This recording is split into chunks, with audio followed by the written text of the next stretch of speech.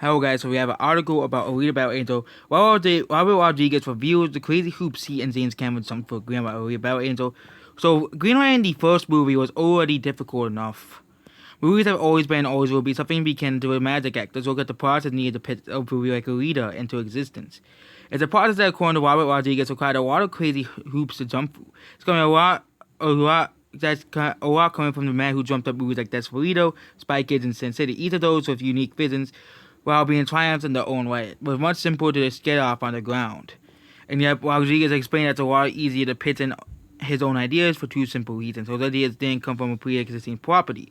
Alita Battle Angel was a pre-existing property based off a manga, an anime that had like 2 seasons and the OVA as well. And we are the following high-stakes game he played with James Cameron on his side. I know for Alita, it was the first time we had something in this scale of scope. It's a handful of drawings I made myself, something I edited myself or animated. And it would be a huge commitment, and in 2005, Alita went up in the room, but nope, nothing. It was nothing, yep. And yet, basically, this movie was in development, held 20 years of development, until the movie finally came out in that 2019. James Cameron helped with the movie. The manga adaptation falls right into the hands of Robert Rodriguez.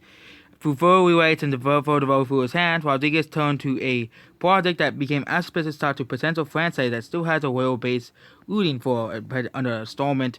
I don't think Disney is gonna make the sequel to Alita, okay? There have been rumors that Paramount is gonna make a sequel to Alita.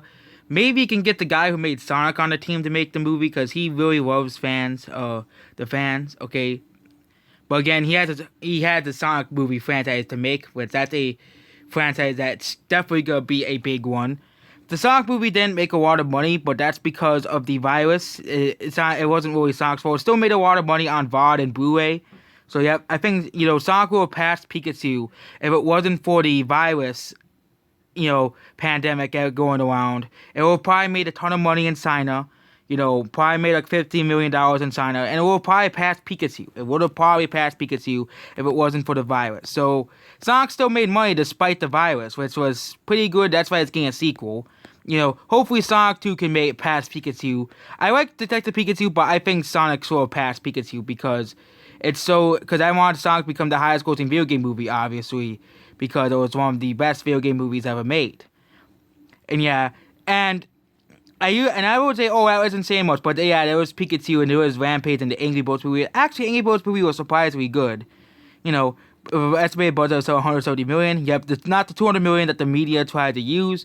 Same budget as Godzilla, and yep, they're still making more Godzilla movies despite Godzilla King of Monsters making less than Alita. With a long history of development already in place, not like it's a sign to make a film easy put in the press. But yep, holding the rights to Alita Battle Angel for some time, if Rodriguez is pitched to a very specific wheelhouse. It also meant that the pitch failed to get the green light, and yep, Alita Battle Angel, we all know, was in development hell, and there's a potential franchise, and a potential green light has been given. The vision for Fallen Angel could get to production quickly afterward, but there's still a problem, is the virus. Which, yeah, we may have to wait a year for the movie to be greenlit by any company because of the whole virus stuff. Hollywood is already, losing money from this virus. I think that Alita sequel will not be coming out in 2022. And that's not because the movie didn't make a lot of money at the box office, because of the whole virus.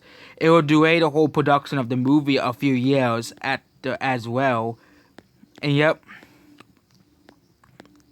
It took them a long time to get the first installment out of the ground. So yep. It's also on HBO Max. I won't be surprised it makes a lot of money from HBO. It made a lot of money on Blu-ray and digital.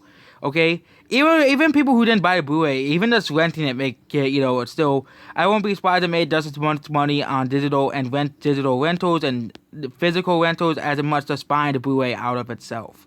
So it probably made like $40 to $50 million off of, and probably, $20 to $40 million off of HBO. So I think, a sequel probably will happen. But I don't think it's going to be announced anytime soon because of the whole virus stuff. And yep, that's basically it. Goodbye.